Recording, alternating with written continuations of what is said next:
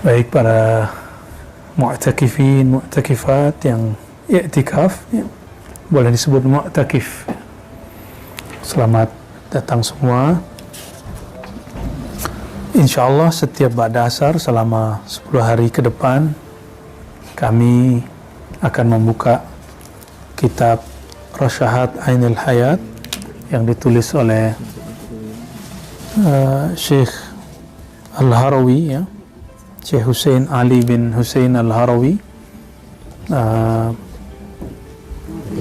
berkaitan dengan silsilah ahli zikir, ya, silsilah ahli zikir.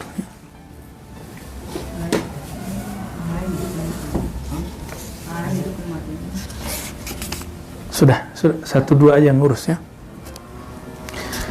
Silsilah al-zikir, wabil khusus untuk iktikaf kita menggunakan thariqah, mengikuti manhaj thariqah Naqsyabandiyah. Nanti ada suluk Syazili, ada suluk Ahmadi, Idrisi, macam-macam jenis suluk, ada khalwati, ada, ya, nanti yang sanggup kita ikuti saja dulu. Khusus bulan Ramadan kita mengikuti, karena saya dulu dapatnya seperti itu, suluk Naqsyabandiyah, ya. Naqsyabandiyah bukan nama imam. Naqsyabandiyah itu dari 2 kata, Naqsyband, ya. Itu bukan bahasa Arab tapi bahasa Persia yang diarabkan. Naqsh berarti ukiran, band cahaya nama Allah, ukiran cahaya nama Allah. Kenapa? Karena dulu ada seorang imam namanya Muhammad Bahauddin Al-Bukhari, bukan Imam Bukhari pengarang hadis, tapi orang Bukhara yang ahli zikir. Ketika dia berzikir diperintahkan gurunya Maulana Syekh Mirkulal Al-Bukhara juga, Al-Bukhari. Alhamdulillah kami diizinkan Allah ke sana. Semoga kalau tidak pandemi kita ada program di luar suluk, yaitu ziarah minimal 2 kali setahun, 1 lokal sini, 2 ke Uzbek. Yang belum kesampaian saya ke India dan Irak, ya, tempat kalau yang sulit itu Persia, Iran. Nah minimal kita 2 itulah, India dan Uzbek. Tapi saya menyarankan Uzbek lebih awal karena tempatnya mendukung. Tempat ziarahnya sangat nyaman sekali. Ada sekitar 12 masyayikh, imam yang ditulis namanya di sini, dan baru dipugar setelah Uzbek merdeka dari Rusia. Imam Mirkulal ini memerintahkan Imam Bahauddin Naqsyaband, Muhammad Bahauddin, untuk berzikir. Matanya dipejam, lidahnya dikunci, badannya dilembutkan, dilemaskan, rileks, santai. Lalu Allah terbitkan nama dia di dalam kolbunya. Jadi ternyata yusabbihu lillahi ma fis samawati wal ard, bertasbih yang di langit yang di bumi, itu zahir dan batin. Zahir ya, batin juga ya. Batin itu kolbu. Dia melihat ada nurullah, nur Rasulullah sallallahu alaihi wasallam di dalam dirinya. Maka dia menyebut ini Naqsyaband, ini Naqsyaband. Bernamalah kemudian thariqat Naqsyabandiyah. Naqsyabandiyah. Jadi boleh juga diartikan thariqat nur zikrillah, kalau diartikan secara harfiah, ya. Lalu Imam Bahauddin Syekh Naqsyabandi ini dia ahlu sunnah, dia imam ahlu sunnah luar biasa. Juga sangat kuat memberantas bid'ah dengan cara yang lembut tentunya. Beliau berguru ke banyak ulama, salah satunya tadi Mirkulal, dan nanti kita akan lihat di sini silsilahnya kemana, ya. Ternyata silsilahnya bercabang 2 ke atas, 1 ke Sayyidina Abu Bakar As-Siddiq, 1 ke Sayyidina Ali karamallahu wajah, ya. Maka kita nanti akan memulai dari silsilah Abu Bakar, ya, silsilah Ali, jadi 2 itu.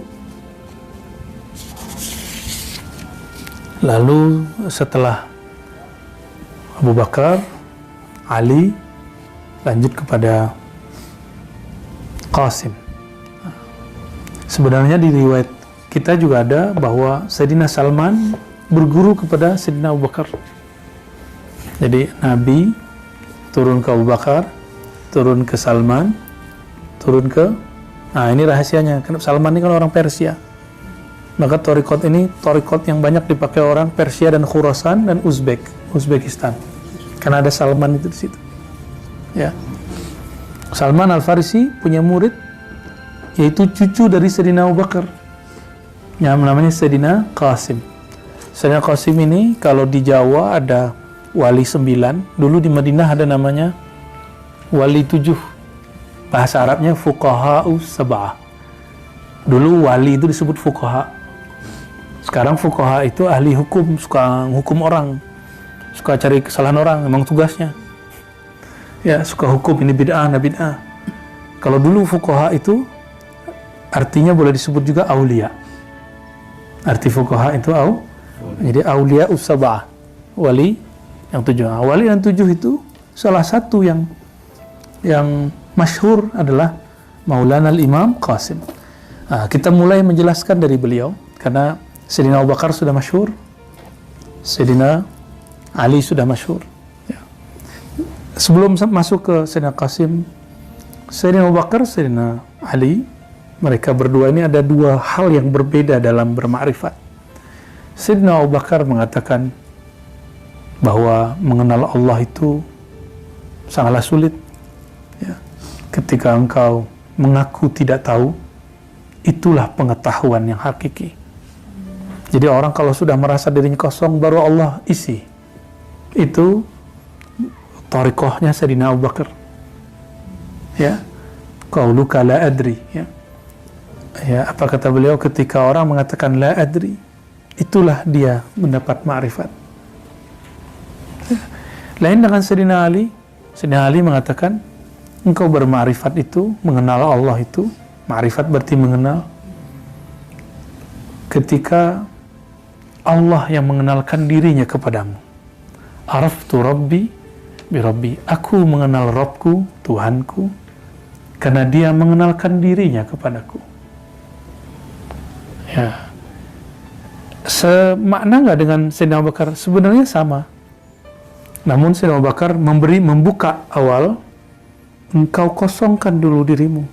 Jangan merasa alim, jangan merasa sudah bertorikoh, bermazhab, jangan merasa diri sudah bersanad dan lain sebagainya. Itu di-keep, itu harus disimpan di tempat yang suatu saat perlu dikeluarkan. Ya. Lalu setelah dibuka oleh Sayyidina Abu Bakar, orang murid-murid kosong, nah dilanjutkan oleh Sayyidina Ali. Jadi ilmu ma'rifat berkembang sampai akhir zaman. Syariat berhenti. Syariat tidak boleh lagi berubah. Ya, inqata'at asy-syariah, sudah selesai syariat. Tapi nasya'at wa tatawwarat wa zadat wa namat al-ma'rifah. Sedangkan ma'rifat, knowledge, pengetahuan tentang Allah itu bertambah. Itu yang bertambah. Inilah makna para kalam dari Sayyidina Abu Yazid, ya, dan imam-imam yang dahulu. Apa kata beliau? Kami berenang di lautan ma'rifat yang mana para nabi selain Nabi Muhammad dulu berhenti di pantainya. Bayangkan samudra laut itu adalah ma'rifat, samudra ma'rifat. Para nabi sebelum Nabi Muhammad dulu berhenti di situ. Karena memang para nabi belum disempurnakan Allah kecuali dengan Nabi Muhammad SAW. Ketika Sayyidina Muhammad SAW Allah utus sebagai Rasul, maka sahabat-sahabatnya, umat-umatnya disuruh menikmati dan berenang di lautan ma'rifat itu. Itu salah satu makna yang disebutkan oleh Syekh Muhammad Al-Kattani mengenai makna apakah maksud kalam wali-wali terdahulu. Kami berenang di lautan ma'rifat yang dulu para nabi berhenti. Kenapa? Ini lautan Nabi Muhammad SAW. Yang boleh masuk itu cuma umatnya. Yang boleh berenang di situ cuma umatnya. Itulah sebabnya para nabi ikut sholat di belakang Nabi Muhammad SAW waktu Isra, supaya mereka sah menjadi pengikut Nabi Muhammad SAW. Jadi jangan heran kalau obrolan ma'rifat kita per zaman, per masa itu bertambah berkembang, bertambah berat. Tapi berat terasanya tidak berat. Pembahasannya rumit, tapi ketika dibaca tidak rumit. Dulu sahabat Nabi membahasnya cuma sedikit karena zaman mereka zaman memantapkan syariat. Nah, di zaman kita syariat sudah mantap, maka kita harus upgrade terus. Kita memantapkan ilmu ma'rifatullah. Ya. Apakah ini berlebihan? Tidak. Iman sahabat masih lebih tinggi dari kita. Cuma ma'rifat sahabat, knowledge sahabat, pengetahuan sahabat belum tentu lebih tinggi dari orang akhir zaman. Apa beda iman dengan ma'rifat? Beda. Kalau iman karena mereka bertemu Rasulullah, jumpa Rasulullah, maka iman mereka jauh lebih tinggi dari kita. Tapi kalau knowledge, coba sahabat-sahabat apakah mereka sekolah? Apakah sahabat-sahabat tahu jumlah hadis sebanyak jumlah hadis Bukhari? Yang rumit itu? Enggak. Nah, maka knowledge itu berkembang. Kalau ditanya, coba bawa siapa yang masuk ke alam sahabat, tanya hukum kredit barang. Persoalan fikih hari ini nggak ada di zaman dulu. Hukum bank nggak ada di zaman dulu. Nah, jadi jangankan ilmu rohani, ma'rifat zahir pun berkembang. Apalagi ma'rifat batin. Tapi iman sudah flat. Yang bertambah itu indikasi iman. Jadi kalau ada ungkapan iman naik turun, itu indikasinya. Sedangkan iman tidak boleh nambah. Iman itu sabit fil qulub. Nggak boleh naik, nggak boleh berubah di bid'ah. Ya. Nah, ini perbedaan antara dua sahabat yang besar, dan kita nggak boleh berhenti, kita lanjutkan apa yang sudah mereka buka. Maka jangan heran ada ma'rifat yang dulu tidak boleh dibuka, zaman setelahnya orang biasa buka. Ya. Nah, insya Allah pun kita akan melanjutkan semangat ini, semangat menyebarkan ilmu-ilmu kerohanian, mengenal Allah Subhanahu wa ta'ala. Dalilnya apa? Dalilnya surat Muhammad ayat 19, fa'alam annahu la ilaha illallah. Fa'alam, maka ilmuilah, carilah ilmu, dalamilah ilmu tentang apa? Annahu la ilaha illallah, mengenai ma'rifat la ilaha illallah. Maka niatkan di sini kita sedang praktek untuk la ilaha. Kalau kajiannya sudah ramai dari kemarin, ya sudah 12 bulan, 11 bulan kita mengkaji la ilaha illallah. Nah, ini prakteknya. Ya, hanya di bibir saja diceramahkan nggak cukup, dia mesti ada kholwatnya, ya, ada latihannya.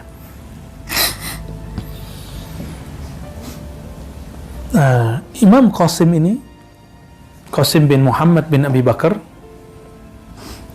ayahnya Muhammad bin Abi Bakar, itu menikah dengan perempuan bukan Arab, non Arabnya, mulukul ajam, boleh disebut princess lah, putri istana dari kerajaan tertentu di Persia, menikah dengan beliau. Lahirlah anaknya namanya Abdur Rahman yang menjadi wali fuqaha us-sab'ah di zamannya, ya. Nah, lalu beliau ini menjadi ulama yang sholatnya jangan tanggung-tanggung, ya. Saya biasanya kalau di luar Ramadan sholatnya saya nggak terlalu lama, tapi kalau khusus lagi khalwat, lagi itikaf, sujudnya kita panjangkan, rukunya kita panjangkan. Jadi jangan sakit pala nanti kalau sujudnya lama, ya. Insyaallah. Imam Muhammad ini, beliau disebut dengan siqatun rafi'un alimun faqihun ima'un wari'un kathirul hadis. Jadi banyak meriwayatkan hadis. Ketika Yahya bin Sa'ad, ya, beliau Yahya bin Sa'ad datang ke Madinah. Apa kata dia? Adrakna bil Madinah ahadan nufaddiluhu alaih. Kami bertemu di kota Madinah seseorang yang kami sangat mengutamakan dia. Dan perhatikan bahwa ahli zikir rohani itu dari dulu syariatnya bagus. Kata beliau, ma ra'aitu ahadan a'lamu bis sunnah minhu. Tidak ada yang lebih mengerti sunnah melebihi Qasim. Itu sebabnya kata Syekh Ramadan Al-Buti, ayah dari Syekh Muhammad Said Ramadan, orang-orang yang bersanad kepada Sayyidina Qasim ini yang kemudian menjadi thariqah Naqsyabandiyah itu biasanya lebih dekat ke sunnah dan lebih jauh dari bid'ah. Ya. Namun ini bukan berarti thariqat yang lain, enggak. Ya, Syazili juga kuat, Qadiri juga kuat, Ba'lawi juga kuat, Syatari juga kuat, dan lain-lain. Thariqat Ahmadi, Tijani, dan lain-lainnya.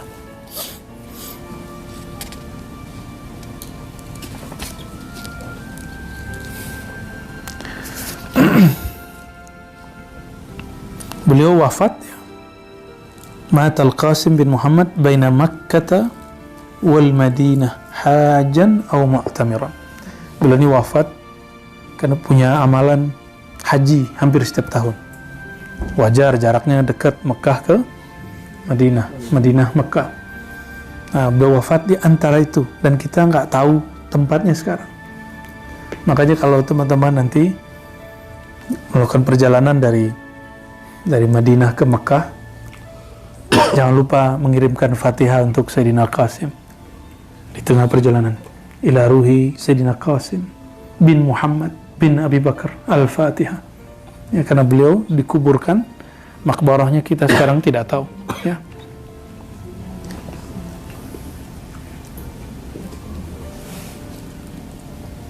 Jadi beliau berpesan kepada anaknya, kalau aku mati, kuburkan aku seperti orang biasa, lalu summal haq bi ahlik, lalu kamu pulang. Wa ya an taqula kana makana. Lalu tidak usah bicara banyak tentang saya. Jadi tidak usah nangis, itu beliau. Ya. Dan beliau wafat tahun 106 Hijriah. Sekarang udah tahun 1440 ya. Nah, beliau mempunyai pelanjut banyak sekali, dan juga sir kolbunya dilanjutkan oleh zuriat Sayyidina Ali. Tadi Sayyidina Abu Bakar, sekarang zuriat Sayyidina Ali namanya Sayyidina Ja'far, gelarnya Ja'far Shadiq. Ya. Sayyidina Ja'far Shadiq itu anak dari Sayyidina Muhammad Al-Baqir. Sayyidina Muhammad Al-Baqir anak dari Sayyidina Ali Zainal Abidin. Sayyidina Ali Zainal Abidin anak dari Sayyidina Al-Husain. Perhatikan, kita cinta semua zuriat Rasulullah, dan kita tidak menjadi Syiah dengan itu. Justru itulah Ahlus Sunnah. Ya, ciri-ciri orang-orang yang sudah menyimpang dari ajaran Ahlus Sunnah, dia menghina zuriat Nabi. Ya, dan Sayyidina Ja'far ini ibunya ternyata zuriat Sayyidina Abu Bakar. Maka tidak mungkin ada imam-imam 12 di zuriat Rasulullah itu yang menghujat Sayyidina Abu Bakar, karena sama dengan menghujat kakeknya. Jadi ketika ada orang menghujat Sayyidina Abu Bakar di depan Sayyidina Ja'far, apa kata dia? Kau sedang menghujat kakekku. Ya. Nah, beliau ini lahir tahun, nah ini Ramadan ke berapa ini ya? Samin Ramadan, hari ke-8 atau malam ke-9 Ramadan, tahun 83 Hijriah. Nah, imam ini karena hidup di zaman Bani Umayyah ini benci dengan zuriat Nabi, kecuali sebagian. Maka dia dan zuriatnya menahan diri untuk tidak berbicara politik, dan itu sampai hari ini. Itu sejarahnya kenapa zuriat Nabi tidak akan bicara tentang politik sebanyak Sayyidina Ali, sampai nanti zuriat beliau Al-Imam Al-Mahdi muncul. Itu sebabnya kalau ada zuriat Nabi hari ini bicara politik, itu akan jadi masalah. Beliaunya nanti menghadapi ujian yang berat. Tidak hanya di Indonesia, di negeri manapun. Kecuali jalur Sayyidina Al-Hasan. Jalur Sayyidina Al-Hasan, Brunei, itu kan Sayyidina Al-Hasan. Ya. Ya, Sultan Hasanul Bolkiah yang mentakrir salah satunya Syekh Maimun Zubair Bahmun, kemudian Yordan, dan terakhir Maroko, Maghrib. Itu zuriat Sayyidina Hasan. Sedangkan zuriat Sayyidina Husain ini agak berat. Ini ujian beliau. Sayyidina Husain pertama bicara politik langsung dipenggal dan dipisah kepala dengan badannya. Nah, maka saya kalau ada habaib berpolitik, oke, silakan. Tapi saya hanya berani mendoakan beliau. Khawatir nanti ada ujian berat bagi beliau-beliau itu. Sedangkan kita cinta kepada beliau-beliau itu. Ya. Dan yang kedua yang paling penting, Imam 12 yang diyakini Syiah, Itsna Asyariyah, bagi mereka itu imam mereka. Tapi bagi kita Ahlussunnah, mereka itu imam kita. Bagi kita, mereka tidak mungkin menghujat Sayyidina Abu Bakar, Sayyidina Umar, Sayyidina Utsman, Sayyidina Ali. Tidak mungkin menghujat sahabat. Sedangkan Syiah ini kan khasnya, yang Rafidhah itu hujat sahabat. Karena menuduh sahabat Nabi merampas pemerintahan dari Sayyidina Ali. Nah, imam 12, jadi zuriat sampai ke 12. Bagi kita itu imam kita. Walaupun menurut mereka itu imam mereka. Dari mana saya tahu? Ternyata penulis kitab Berzanji itu nulis, ada kitab apa judulnya itu, tentang Nazam Ahlul Badr, ya, Nazam Ahlul Badr, kemudian Nazam Ahli Uhud, dan ada khatam doanya, dan dia menyebutkan nama Imam 12 setelah hanya orang-orang belakangan yang menuduh, ya. Jadi kita bersanad kepada Sayyidina Ja'far. Sehingga Ja'far ini punya murid banyak. Imam Malik, guru Syafi'i, Imam Abu Hanifah, Hanafi, mazhab Hanafi, pernah dengar ya? Mazhab Hanafi yang sering dipakai oleh ulama India kebanyakan, dan ulama Turki. Mereka mengikuti Pakistan termasuk, bahkan juga Uzbek. Mereka Hanafiyah. Nah, Imam Abu Hanifah, nama kecilnya Nu'man bin Thabit, apa kata beliau? Laula Ja'far, kalau bukan karena Imam Ja'far ini, lahalaka ibn Nu'man bin Thabit. Tentu Nu'man bin Thabit akan menjadi orang yang binasa karena sombong dengan ilmunya. Maka ketika Sayyidina Abu Hanifah dihujat oleh salah satu ahli hadis namanya Hammad bin Zaid, dia tidak balas. Tahu nggak hujatannya apa? Abu Hanifah dihujat sebagai najisnya bumi, kencingnya bumi, taiknya bumi, kotoran bumi. Apakah boleh balas? Tidak, boleh tidak balas. Wah, ini hebatnya orang kalau ketemu wali Allah, berguru kepada kekasih Allah, dia dihujat, dia tidak balas. Oh, harga diri, itulah harga diri dia. Kalau bagi kita kan, saya punya harga diri, saya harus balas. Nah, begitu. Bagi orang-orang besar, jika ada cuma sedikit yang mengganggu, cubitan kecil, kita jalan terus. Justru dia, apabila terganggu dengan hujatan itu, dia kecil. Hanya orang kecil yang terganggu oleh cuitan orang begitu, orang pembenci, ya. Berkata Imam Umar bin Abil Mikdam, apa kata dia?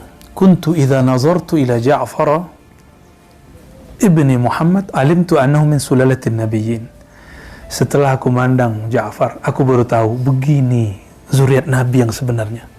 Jadi jika hari ini ada zuriat Nabi yang mungkin bikin gaduh, ya, kita jangan mempertanyakan nasabnya. Cukup kita katakan, saya tidak suka dengan perbuatan dia, tapi saya tetap cinta dengan darahnya. Gitu ya. Jadi nggak usah kemudian pukul rata. Kita buang semua, tidak boleh. Imam Malik berkata kepada Ja'far bin Muhammad, Imam Malik berkata kepada muridnya bahwa Ja'far bin Muhammad Ja'far Shadiq ini pernah berkalam kepada sahibnya Imam Malik, namanya Sufyan Ats-Tsauri. Sering dengar Imam Sufyan Ats-Tsauri? Ya. Imam Sufyan Ats-Tsauri ini ahli hadis. Dia wirid baca Quran 20 tahun baru merasakan setelah bertemu Ja'far Shadiq. 20 tahun membaca Quran, ketemu Ja'far Shadiq baru dia menikmati baca Quran. Ya. Kata beliau kepada Imam Sufyan, "Hina qala la akum hatta tuhaddithani wa ana uhaddithuka."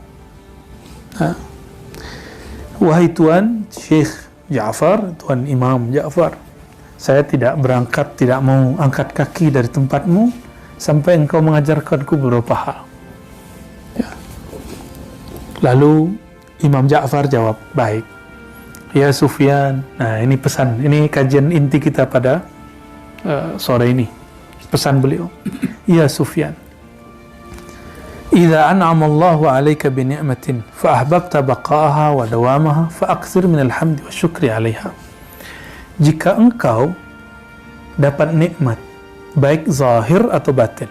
Zahir itu fasilitas duniawi, rezeki yang lancar, keluarga yang baik, anak-anak yang lucu, istri yang solehah, pasangan yang soleh, rumah, kendaraan, kerjaan, semua itu nikmat yang zahir. Nikmat yang batin, nikmat lezatnya zikir, lezatnya sholat tasbih. Tadi sudah coba ya, lezatnya duduk walaupun sakit di kaki. Orang mau cari nikmat dunia pun harus berpayah-payah dulu. Kenapa mau cari nikmat akhirat tidak mau payah-payah dulu? Jadi jika kaki, punggung, kepala sakit, nikmati. Ya, nanti Allah akan ganti dengan nikmat batin. Ya. Amin. Nah, apa kata beliau? Jika engkau hendak Allah bakokkan, Allah kekalkan nikmatmu baik yang zahir ataupun yang batin. Berkawan ini nikmat.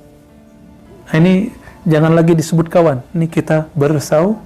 Dalilnya innamal mu'minuna, kalian itu orang beriman bersaudara. Jadi kalau mereka kurang, kita bantu. Kalau mereka ketiduran, udah mau dekat jam sholat, kita bangunkan. Ya, jadi jangan dibiarkan. Dia kalau bangun batuk-batuk, saya lebih senang dia tidur. Nah, jangan begitu. Ya. Apa kata beliau? Jika engkau ingin nikmatmu Allah kekalkan, fa'akthir minal hamdi wasyukur 'alaiha, maka perbanyaklah memuji dan mensyukurinya. Nah, cara mensyukuri itu ada dua. Pertama, mensyukuri nikmat. Tapi yang paling tinggi, mensyukuri pemberi nikmat. Mensyukuri pemberi nikmat, meyakini bahwa semua yang diberi turun dari Dia. Kalau kita sudah kenal kepada Allah, diberi sedikit rasanya besar. Tapi kalau belum kenal kepada Allah, diberi banyak rasanya sedikit. Ya, sudah kenal Allah, harus kenal Allah. Ya. Supaya nikmat itu terasa, kalau dia besar terasa lebih besar lagi. Dan ciri-ciri orang yang bersyukur tadi, meyakini sang pemberi itu Allah. Yang kedua, suka berbagi, membantu orang-orang fuqara, masakin, para mujahidin, guru-guru ulama, ya, itu bantu mereka, berbagi. Ya, karena kita punya usaha, belum tentu usaha kita halal semua. Maka Nabi berkhutbah di tengah pasar, kata beliau, ya ma'syarat tujar, wahai para pedagang, pebisnis, pengusaha, kalian itu punya amal, itu banyak campur-campur dengan sumpah palsu, dengan ini, tips, semuanya, pelicin, segala macam. Maka bersihkanlah dengan apa? Tasaddaku, banyak-banyak berbagi. Ya. Nah itu nanti Allah akan tambah bakokkan. Jadi yang kita sisakan itu Allah tambah lagi, tambah lagi, tambah lagi. Gitu, ya. Sama sebagai guru, para muallim, dia nggak boleh pelit ilmu, tidak boleh bakhil ilmu. Dia mesti bagikan ilmu. Semakin seorang guru bagi ilmunya, maka Allah tambah ilmu laduninya. Nah, gitu. Ini di antara yang hadir nih, tuan-tuan nih pasti ada juga yang punya ilmu tentang apa. Bagi ke temannya. Nggak akan jadi pesaing. nanti Allah akan gandakan keberkahan dalam dirinya. Ada yang paling mahal di dunia ini, yaitu as-sa'adah, happiness, kebahagiaan. Dan orang yang suka berbagi ilmu, berbagi harta, berbagi waktu, berbagi pengalaman, Allah berikan dia kebahagiaan yang berlipat-lipat yang gak ada pada orang yang menumpuk-numpuk ilmu dan menumpuk harta. Itu. Jadi kenapa saya suka berbagi? Karena saya ingin bahagia. Ya. Orang biasanya kalau sudah bulan Ramadan ini ilmu-ilmu yang rohani gak dibagi.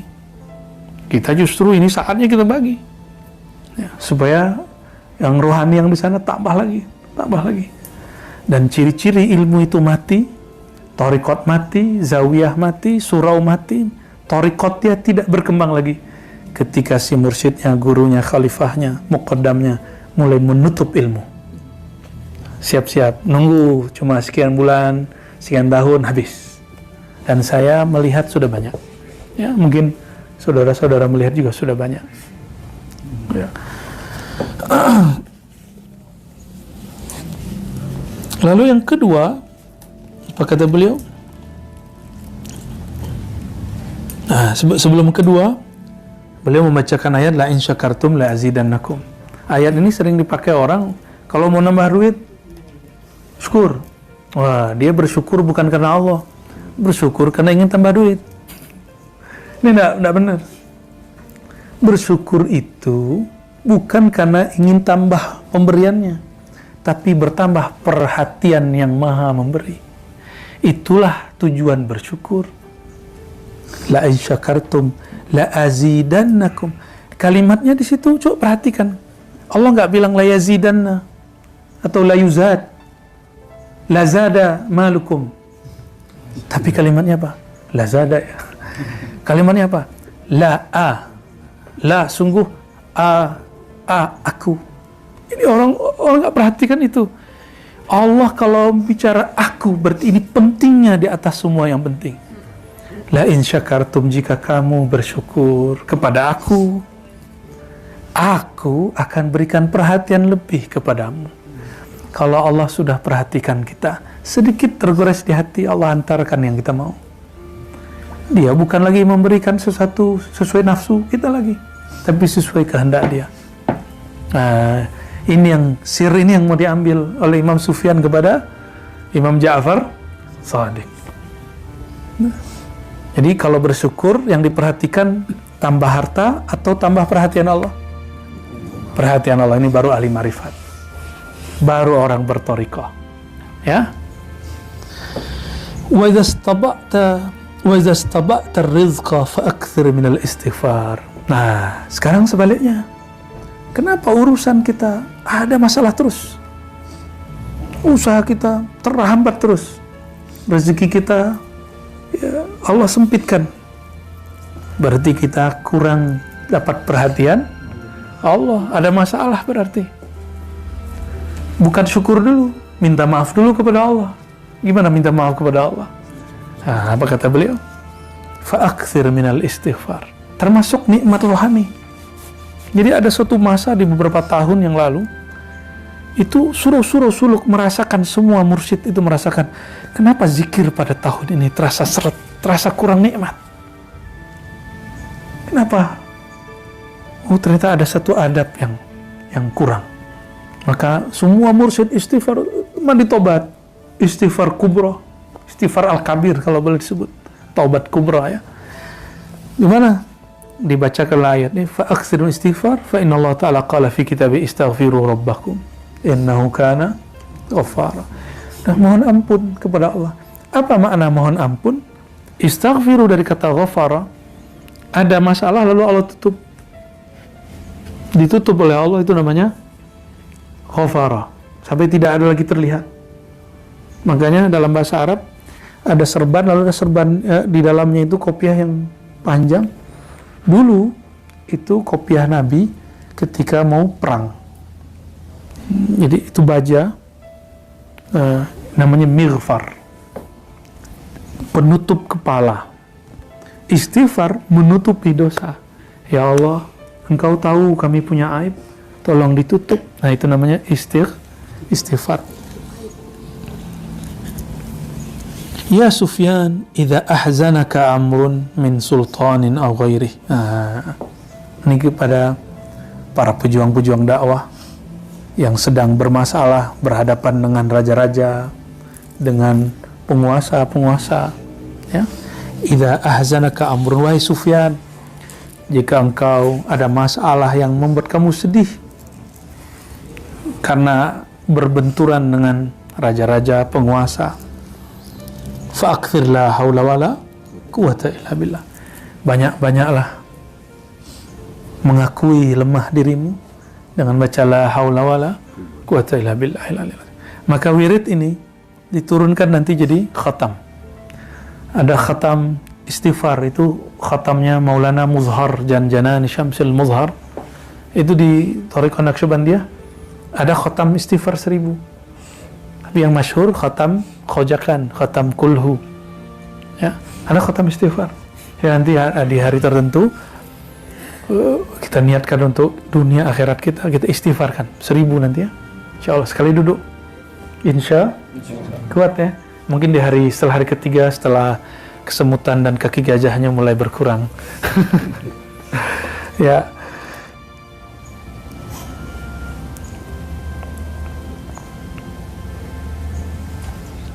Lalu beliau ya ada kalam-kalam berikut yang kita skip, tapi saya tutup dengan kalimat yang menarik di sini. Kata beliau, kata Imam Ja'far, auhallahu ta'ala ila dunya. Allah pernah mewahyukan kepada dunia. Jadi Allah mewahyukan kepada lebah. Makanya madu itu menjadi obat. Karena ada sir Allah pada lebah. Allah juga punya sir kepada dunia. Walaupun dunia ini kata orang hina, tapi toh kita suka. Ya, siapa yang tidak suka? Tapi jangan cinta. Suka itu untuk fasilitas duniawi. Tapi kalau cinta ini rohani kita. Nah, itu makanya hubud dunia dilarang.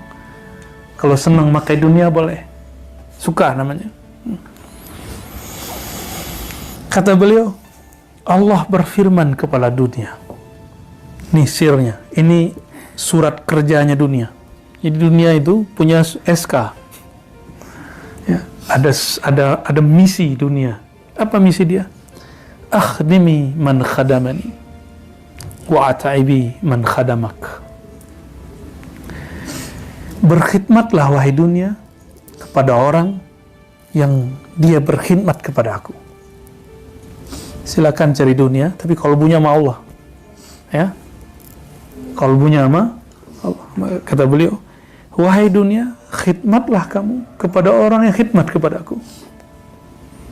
Wa ataibi man khadamak. Dan buatlah repot, buatlah lelah, buatlah capek orang-orang yang dia berkhidmat untukmu.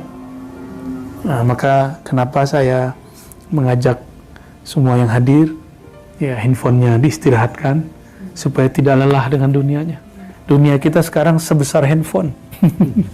Udah nih, yang membuat kita gaduh, yang membuat kita rusuh, yang membuat kita risau, itu semua di situ. Nah, ini di skip. Orang dulu masih ingat nggak 20 tahun lalu belum ada handphone? Kenapa kita mampu tahan hidup? Kenapa hari ini 1 jam saja tangan sudah mau gerak-gerak? Ya, ada apa ini? Ya. Oke, barangkali itu teman-teman semua. Insya Allah ke depan nanti ada khatam la haula wala quwwata illa billah. Ya, dibacanya 500, khatam Imam Rabbani namanya. Jadi Fatihah,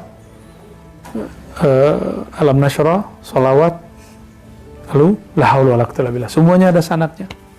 Lalu ada khatam salawat. Ada macam-macam khatam ya.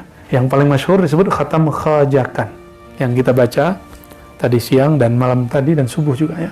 Khatam khajakan dan itu dengan kulhu 1000 kali. Tadi kita bagi itu. Ada berapa jumlahnya? 40-an.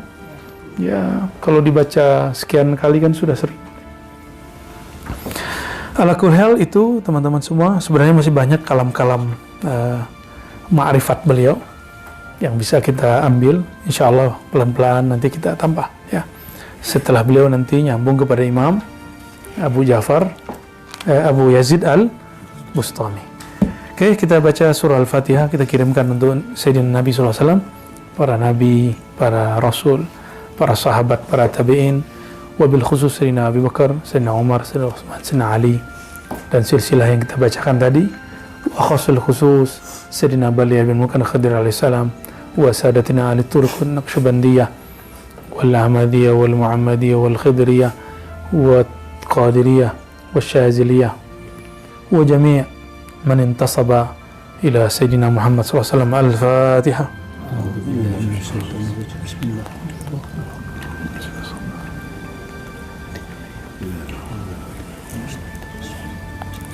إلهنا ربنا أنت مقصودنا ورضاك مطلوبنا، أعنا على ذكرك وشكرك وحسن عبادتك، وصلى الله على سيدنا محمد والحمد لله رب العالمين. السلام عليكم ورحمة الله وبركاته.